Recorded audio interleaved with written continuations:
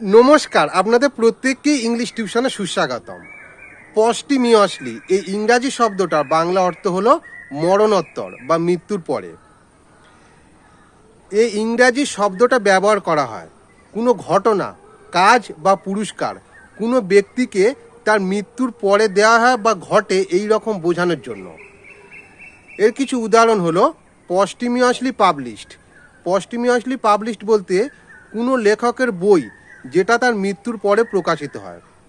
এরকম ভাব অনেক বই রয়েছে, যেমন 1923 সালে সুকুমার রায়ের আবোল তাবোল প্রকাশিত হয়েছিল, যেটা তার মৃত্যুর ঠিক 10 দিন পরে।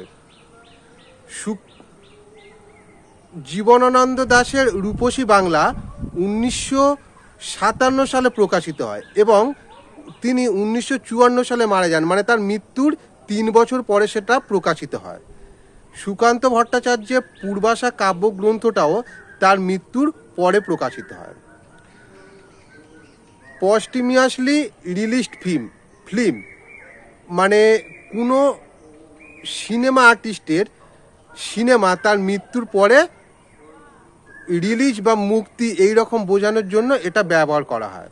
পস্টিমিয়াসলি অ্যাওয়ার্ডেড মানে মরণোত্তর পুরস্কার, মানে কোনো বিশেষ ব্যক্তিকে তার মৃত্যুর পরে মরণোত্তর কোনো সম্মান দেওয়া হয় এই রকম বোঝানোর জন্য।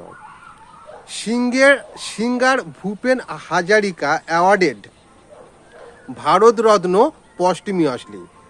গায়ক ভূপেন হাজারিকাকে তার মৃত্যুর পরে ভারতরত্ন সম্মানে সম্মানিত করা হয়েছিল। Thank you.